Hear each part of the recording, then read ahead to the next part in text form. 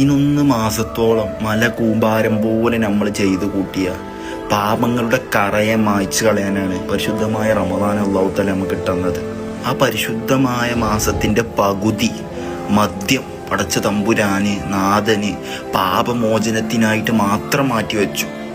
ഇതൊക്കെ അറിഞ്ഞിട്ടും ഈ മനുഷ്യരീ ചെയ്തു കൂട്ടുമ്പോൾ എന്തിനധികം ഇതര മതസ്ഥർക്ക് പോലും വൈശാഖ് എന്നുള്ള ഒരു ഹൈന്ദവ സുഹൃത്ത് ഇൻസ്റ്റാഗ്രാമിൽ അദ്ദേഹത്തിന്റെ അക്കൗണ്ടിൽ ഒരു വീഡിയോ പോസ്റ്റ് ചെയ്തിരുന്നു. ഒന്ന് പോയി കേട്ടോക്കി. ആക്ച്വലി കറാമയിൽ വരുന്ന ഓരോരുത്തരും ഇതെന്ത് മാസമാണെന്ന് പോലും അറിയാതെയാണ് പലതും പെരുമാറുന്നത്. എനിക്ക് പല വീഡിയോസും കാണുമ്പോൾ തോന്നുകയാണ് ഇതിനാണ് ഈ പുണ്യമാസത്തിൽ ആ മാസത്തിന്റെ എല്ലാ പവിത്രതയും നഷ്ടപ്പെടുത്തുന്നത്. എനിവേ കറാമയിൽ വരുന്ന ആൾക്കാരെ ജസ്റ്റ് ഒന്ന് ഇരുത്തി ഒന്ന് ചിന്തിക്കുക. ശരിയാണ്, നമ്മളൊക്കെ മനുഷ്യന്മാരാണ്. ഈ പറയണ ഇന്ത്യയിൽ നിന്ന് കേൾക്കണം നിങ്ങളിൽ നിന്നൊക്കെ തെറ്റുകൾ സംഭവിച്ചു പോകും.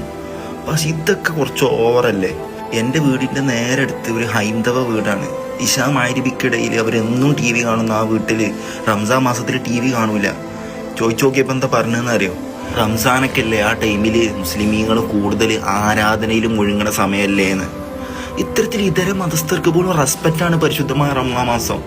എന്നിട്ട് നമ്മൾ ഈ പേരും വെച്ചിട്ട് കണ്ണി കണ്ട പേക്കൂത്തുകൾ ചെയ്ത് കൂട്ടുമ്പോൾ ഒരു കാര്യം ചിന്തിക്കുക.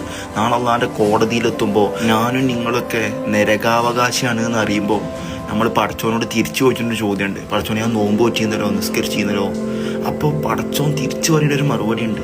ശരിയാണ്, നിങ്ങളൊക്കെ ചെയ്തിരുന്നല്ലോ, പക്ഷേ ഒക്കെ കളി തമാശയല്ലായിരുന്നു എന്ന്. അപ്പോൾ പരിശുദ്ധമായ ഖുർആനിൽ അല്ലാഹു ഇടക്കിടക്ക് എടുത്തെടുത്ത് പറയുന്നുണ്ട്, ചിന്തിക്കുന്നവർക്ക് ദൃഷ്ടാന്തമുണ്ട്. ചിന്തിക്കുകയും സ്വയം ശരീരത്തെ നാം സ്വയം തന്നെയായിട്ട് വെറുതെ നാശത്തിലേക്ക് വലിച്ചിടല്ലേ ഇൻഷാ അല്ലാഹ്.